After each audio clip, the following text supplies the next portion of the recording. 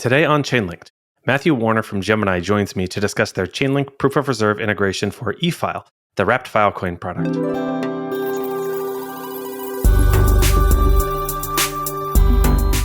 Chainlinked is a pocket-sized podcast series talking to the builders in the Chainlink ecosystem.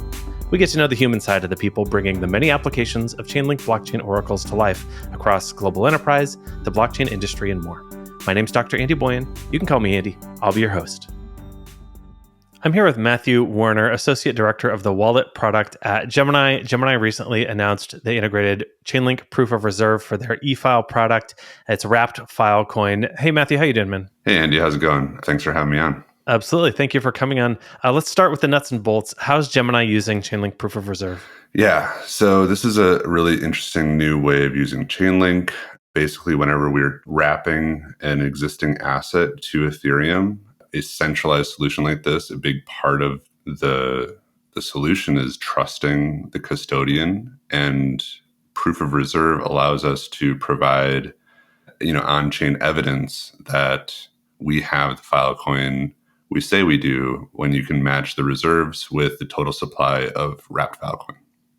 Cool. So Gemini's holding this stockpile of Filecoin, but when you want to wrap it and use it on Ethereum as an ERC20, you have to kind of lock it into the smart contract. Chainlink Proof of Reserve looks at that and says, yes, there's enough in there, or no, there's not enough in there. And people can use that as a trigger for other smart contracts.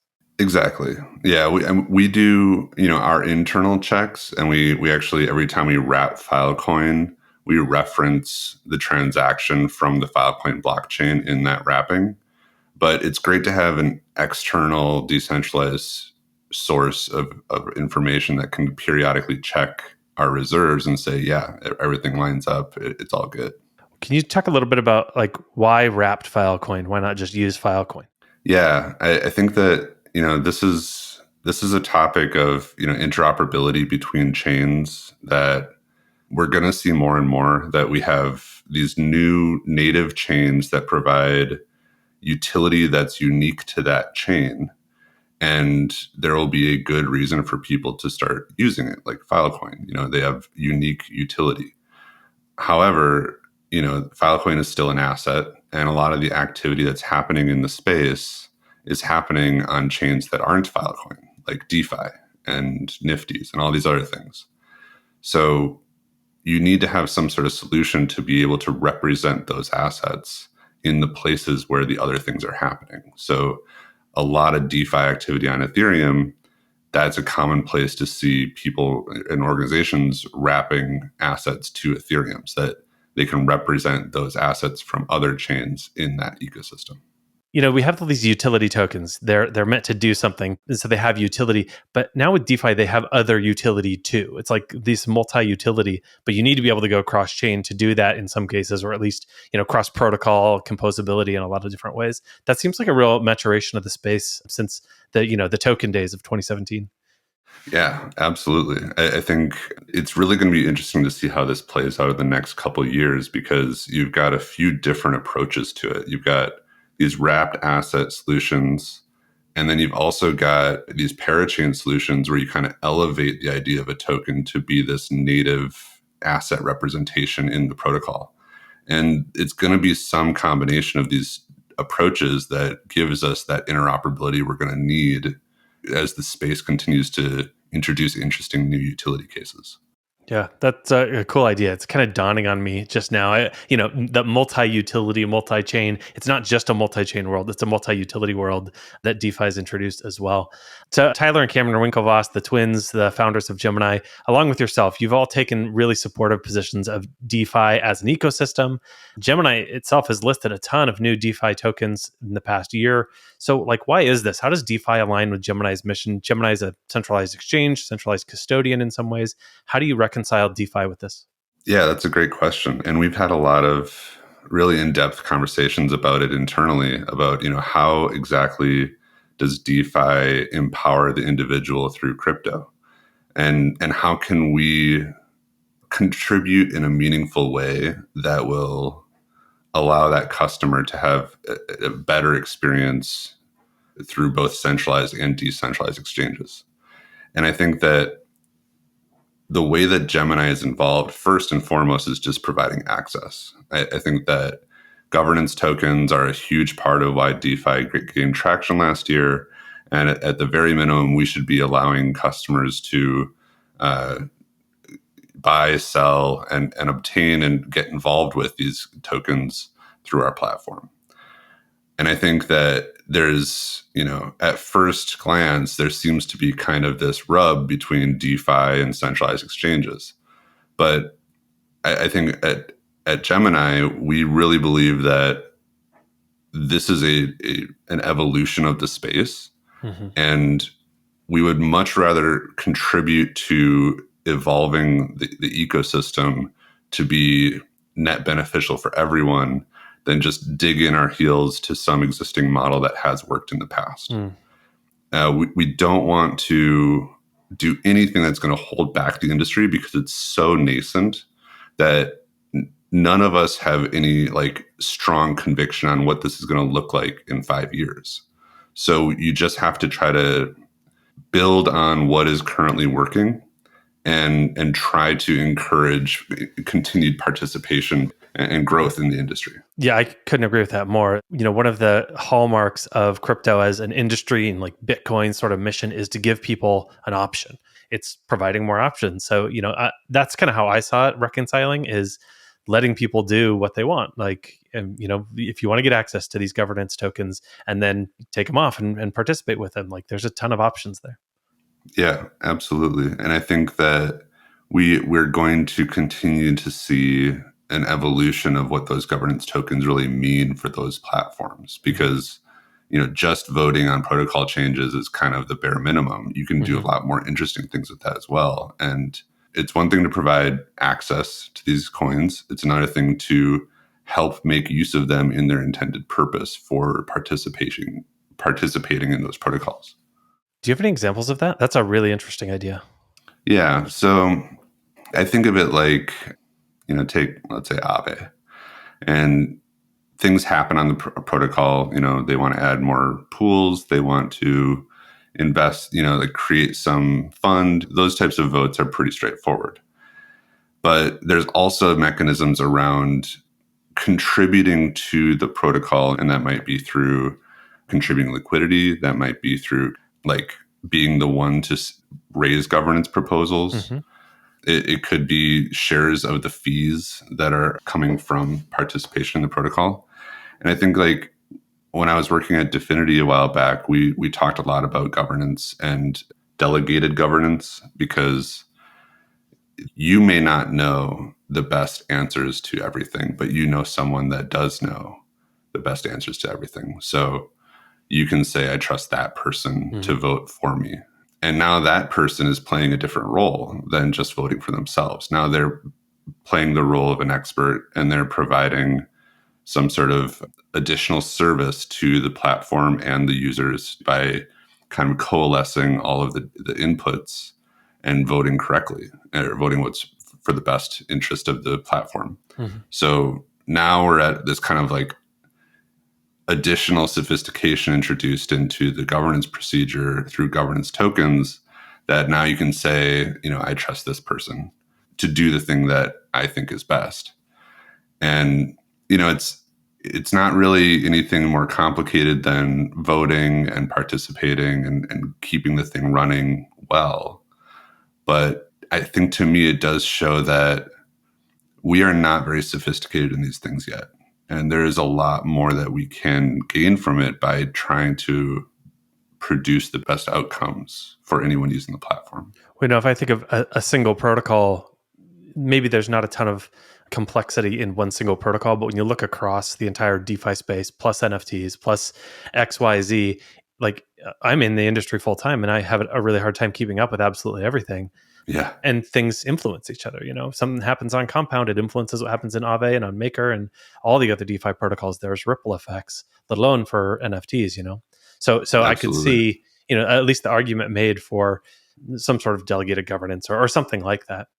What was your start in the space? When did you kind of come in and start getting familiar with Web3 and with crypto? Yeah, I was an engineer at Zendesk for a while, a customer support company. Mm-hmm. and Coinbase emailed me and they asked me if I wanted to lead their payments platform.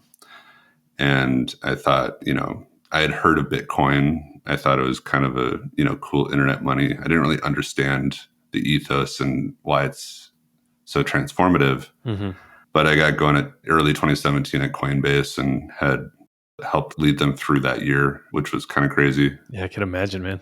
Yeah. So then stayed there for a while longer, worked at a few protocols, and then found my way to Gemini.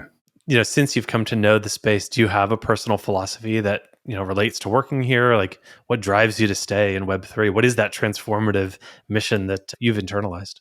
Yeah, I remember it was mid 2017 when I realized I was going to be working in crypto the rest of my career. Mm. And, for most people, especially people that aren't in the industry, and when I talk to them about this stuff, they're very fixated on markets.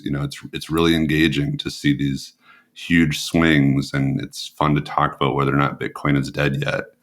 But I feel like that is very surface level understanding of like what the real potential impact is of cryptocurrencies in solving the shared data layer problem of the internet. It's the kind of thing that I think if this really plays out well, you'd have like a really interesting incentive structure for someone to write a general purpose smart contract that does a thing really well. In the same way that curl requests a URL really well, you can just make a library and it'll be available in a blockchain and it'll cost a very small amount of gas to use it. And many other applications will be built on top of it. And the one that builds it the most efficiently for the lowest fee will end up winning. And you have this kind of race towards efficiency of general purpose utility that's just there and available for anyone to use. And you just have this layering effect where you get this shared computing power that just does things as best as it can and is readily available, and people can build on top of it. And it's not siloed into, Google's repository or Facebook's repository. It's like very interesting incentive structures. And I think it's really promising for what could be built like natively into the protocol. We're sitting here talking about the things that are still to come. Crypto's come a long way as an industry, but still, like you and I see, like, oh, in 2, 5, 10, 50 years, there's going to be this incredible shift. But I'm also running into a lot of people who are not in the industry who they say it's too late. Like they missed the boat and they are not that interested in either working in crypto or just getting involved. I know there's like an engineers, especially crunch and a hiring crunch where crypto companies, Web3, are hiring like mad. So what do you say to people who are starting to think about working in this industry? Yeah, it is absolutely not too late. And I try to like look at this from like a zoomed out perspective that I give the analogy a lot of like TCP being a protocol that was introduced a long time ago. When it was initially introduced, they had issues with like one participant could take down the whole thing. And so they introduced things like the congestion window that would like limit that problem. And so like just getting TCP working required some fundamental changes. And then like mid 80s or something, it got sorted out to a point where it doesn't really change all that often. And that, spanned a few more decades. And then you've got TikTok and Instagram using that stuff that you're like, we could never have guessed that TCP protocol development turns into that in 20 years. Well, I mean, we've got networks now that these blockchain networks, they halt and they've got these like fundamental issues, and we're trying to figure out how to make them usable and reliable to the point that they can scale, that they're able to, service all the different things we need. And I just kind of feel like it's early TCP. And it's like, we don't have the stuff figured out yet. And we can't possibly think of what the TikToks of cryptocurrencies are going to be in 10, 20 years. So like, I'm very excited about what's ahead. And I don't think we have even the fundamentals done in terms of getting this stuff ready to go. I mean, it's not even the tech, right? Like while we're testing, scaling technology and solving those problems, we're also doing product market fit and like finding what use cases people really care about and finding, what audiences care about this and what regions and like absolutely everything. That's what crypto is. It's like a one giant dump of all this stuff at once instead of let's solve the technology and then let's do it pilot. No, no, no. Let's do it all at the exact same time. Yeah, yeah. I mean, I've heard all sorts of just amazing ideas, like token curated registries from 2017, and using ZK snarks to protect your health data and like HIPAA compliance, and it's like all sorts of really cool stuff. And I think they'll all be built at some point. But right now, it's literally just what can get some traction, what has product market fit. Like DeFi had a moment in 2017, but it didn't really get the traction until 2020. And so like it is really making your way out there to like try to get something going, even though these great ideas, they'll have their day. It's not time yet. I mean, all the great DeFi protocols right now, they started as something else, right? And they did, Yeah. a little pivot and they figured it out. So that's, just part of the natural cycle. I want to get to know you a little bit too. Can you tell us a little bit, like what's something that has nothing to do with blockchain, nothing to do with your work, but you've come to learn at a weird level of expertise? Like what are you an expert at besides crypto? Yeah, I like this question. And it really makes you take stock of where you spend your time. And it has to be like IoT and home lab type stuff, because I love the idea of like programmable environments and like I've got some cool things where it's like you're able to have this minor annoyance and you can just kind of program it away because you have hooks into your physical surroundings. So I've gotten really into IoT over the last several years. What do you mean? Like, can you give me an example of that? Because I'm not in the IoT space. I just do not understand exactly what you mean by that. Yeah, so I got a dog a couple of weeks ago, just a puppy, and we're house training him, and so we're trying to keep track. You got to take him out every couple hours, and you try to just like kind of we make a Google Calendar and we try to schedule it, but like you don't really stick to that well, and you're trying to remember. Puppy doesn't put time on your Calendly. Yeah, exactly. So it's like, well, was it an hour and a half that he went ago, or was it 2 hours ago? I don't really remember, and so like. We were like thinking about doing a whiteboard, but it's also like, okay, then you got to go over and write it down and do the math and everything. So I just like made a quick little web app, and I got these like flick buttons that you can just put by the door. You click it once and then it just registers the event to a web server. And then you can do all sorts of interesting stuff just to like capture that little thing around you. And so we put another button over by the foods that when you're feeding them, you just click that and you know the last time that was fed, so that like if my partner, she goes over to feed him, she sees that, oh, he was already fed. She doesn't need to talk to me. So it kind of creates this little bubble around our environment that you can program and you can kind of build interesting things around it. Matthew, I might need that for the cats because our cats lie to us. They come up and they meow and you feed them, and then they come meow to someone else and you feed them again, and then they do what cats do. Yeah. It's a really interesting expertise idea that I haven't encountered before. So that's just really curious. Do you just have like little LED buttons around and little switches? Yeah, so there's little buttons and switches. There's also like Lutron is a really good brand to get your lights hooked in so that you can like, from one press on your phone, turn off all the lights in your house when you're going to bed. So you don't have to worry about whether you forgot one upstairs or something. I've done some stuff in the past where like I have a little toolbar button that I can click and it sets the room lighting for a video call, because I do a lot more video calls now. So like I don't like having the big light on in my face and everything the whole day. So I can just like click a button, it starts, and it automates everything around me. I'm imagining your house is just like buttons and levers and like palm scans and retina scans, like all those things you want to get in anywhere. It's one big Rube Goldberg. That's awesome. Don't go in your house. You've got real it's dangerous. Tweak the algorithm. Matthew, I've got so many more questions. I want to hang out and talk to you sometime, but we are coming up on time, so I want to be respectful of that too. So I'm going to save some of these ideas for myself later on, and maybe I'll catch you another time. But before we go, what are some roadmap items? What are some things on Gemini's roadmap that we can look forward to, keep an eye out in the coming weeks and months?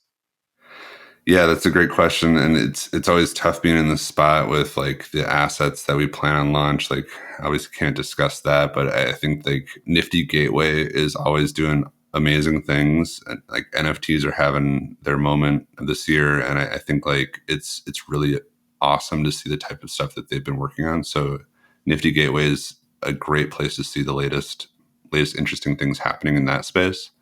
For the rest of crypto, I think there's going to be a lot of interesting things happening over the next quarter, next year. Due to the nature of the projects, can't talk about them a whole lot ahead of time. But if you keep an eye on our social media, you'll get the latest updates on everything that we've been putting out there. And I think we really try hard to be prioritizing the most important things. So, everything that we're putting out there, we think is really going to make a big splash.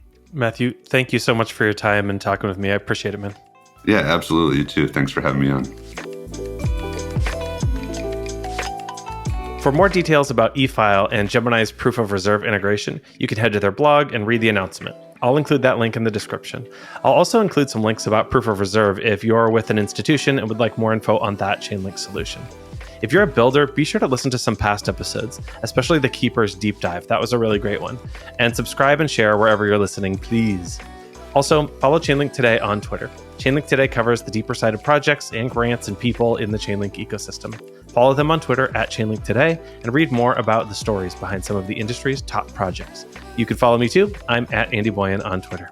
Also, join those Chainlink communities. I'm in the Telegram and the Discord chats, along with many other Chainlink enthusiasts, builders, and educators. In Discord, there's a lot happening around the Chainlink Fall Hackathon. So join that, participate, sign up, and meet people.